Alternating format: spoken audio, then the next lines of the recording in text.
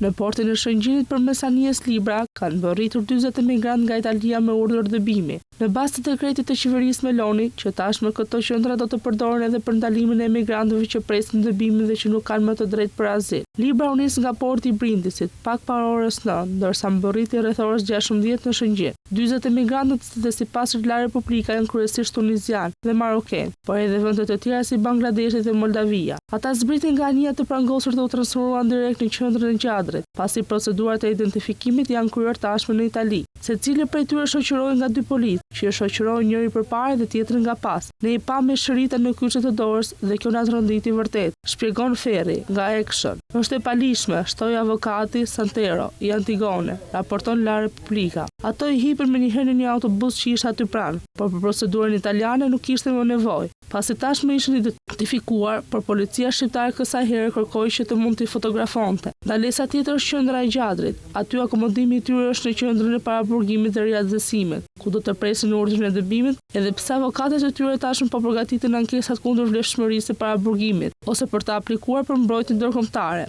Afati maksimal I qëndrimit në qendrën e Gjadrit do të jetë 18 muaj. Ministri I Brendshëm italian Matteo ka theksuar se politikat e reja kanë ulur ndjeshëm fluksin e emigrantëve në Itali dhe se në qendrat në Shqipëri janë një model efektiv menaxhimi. Me këtë dekret qeveria italiane nuk ka ndryshuar destinacionin e qendrës, por synon të përdorë edhe për ndalimin e emigrantëve të palishëm në pritje të dëbimit. Fillimisht kjo qendër ishte menduar për mbajtjen deri në 28 ditë të azilkërkuesve të shpëtuar në det nga anijet ushtarake italiane, të ardhur nga vende të konsideruara të sigurta për të nënshtruar procedurave të përshpejtuara kufitare. Tani emigrantët e dëbuar do të mbahen në gjatë deri në 18 muaj, derisa vendet e tyre të origjinës të pranojnë kthimin e tyre.